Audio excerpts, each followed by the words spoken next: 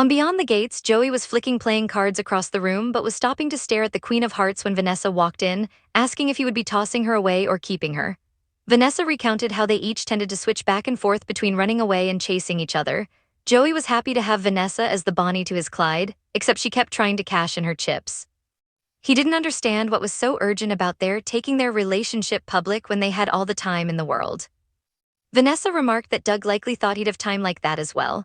Joey didn't think a fate like Doug's would befall him, but Vanessa looked back and lamented how much time she had wasted with Doug.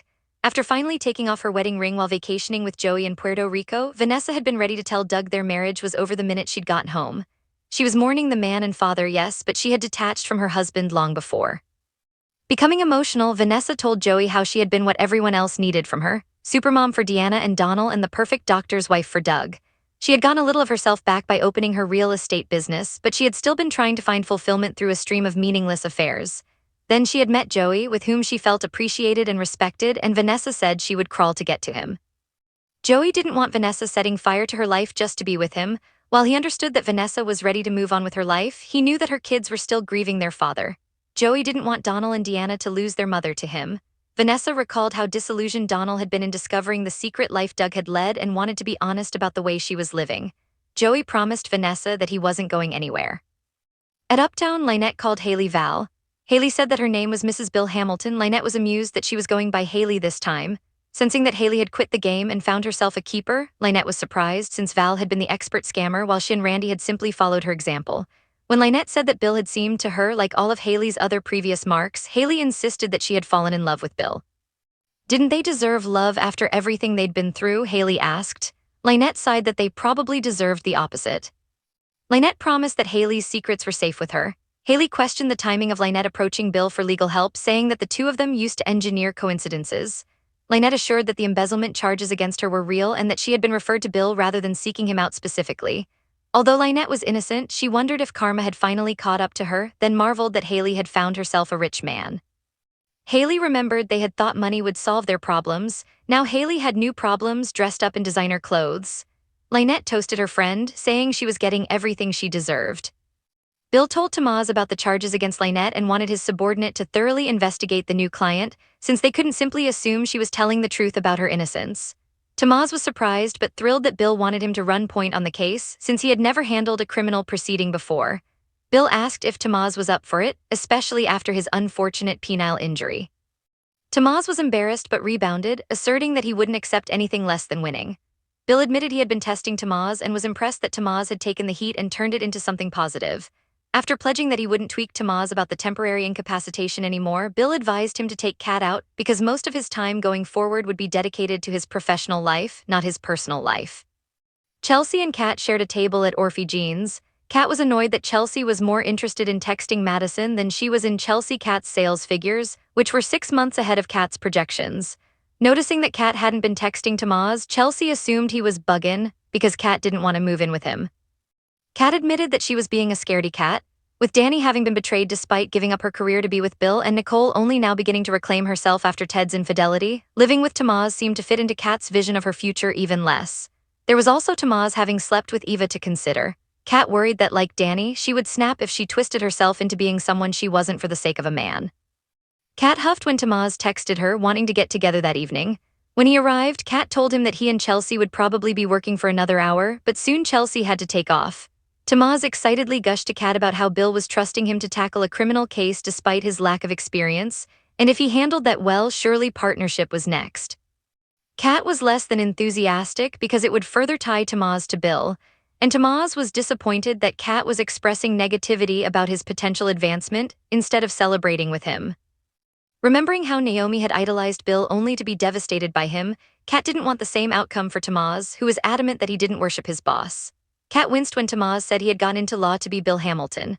Tomás explained that back in Puerto Rico, people had looked down on his parents because of their poverty, and as a child he had been subjected to teasing and scorn because of his desire to better himself by becoming an attorney. Tomás had only been able to afford law school because of his stint in the Navy, and he refused to go back to being that kid, especially when he was this close to reaching the promised land. Kat insisted that there were other firms at which Tomás could thrive. Tomás could even open his own practice the way Naomi had. Tomás had no intention of starting over. He didn't think succeeding under Bill would change him, and he still envisioned having Kat at his side. Kat sat motionless as Tomás declared that he was all in with Bill. Haley returned to Bill's office, though Bill noticed that Haley hadn't had her planned manicure. Haley lied that she had simply had the same color put on and attempted to get Bill to move up their trip to St. Bart's.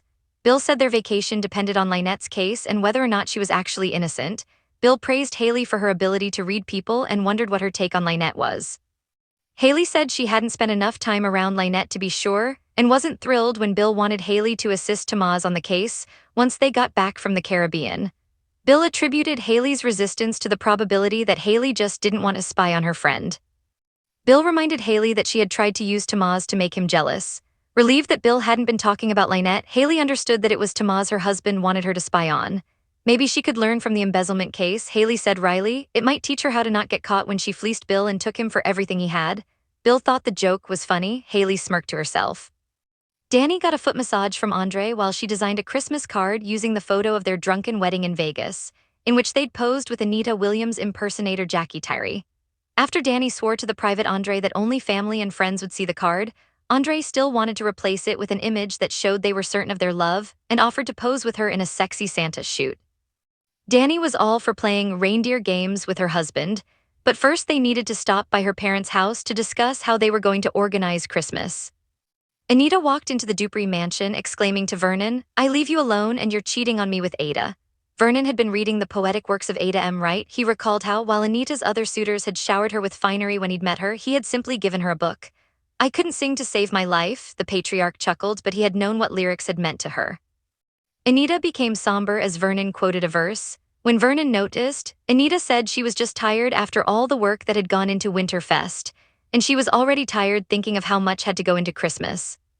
Vernon suggested that they just fly off alone together to be somewhere quiet with no construction. Leslie's house was still being built across the street, but Anita, thinking back to her biopsy, told her husband, "I can't relax just yet." Danny and Andre arrived to pitch in and take care of holiday prep. Vernon challenged Andre to a game of bowling downstairs in the mansion's alley, leaving Anita and Danny to go over details. Danny was concerned when Anita didn't want to partake in the usual family tradition of going door to door in Fairmont Crest, and when Anita suddenly asked Danny to take care of Vernon should something happen to her. When Danny noticed how tense her mother was, Anita smiled that she and Vernon were golden. She was allowed to have an occasional fleeting emotional moment. Vernon emerged triumphant from the bowling alley, having beaten Andre handily. The men were good-natured about it, and Danny and Andre ready to depart, though Danny looked unsettled.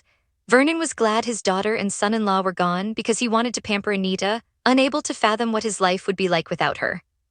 Chelsea snuck into Danny's house, searching cupboards and drawers for something. Danny and Andre arrived. Chelsea hid and heard them giggling about getting ready for their X-rated photo shoot.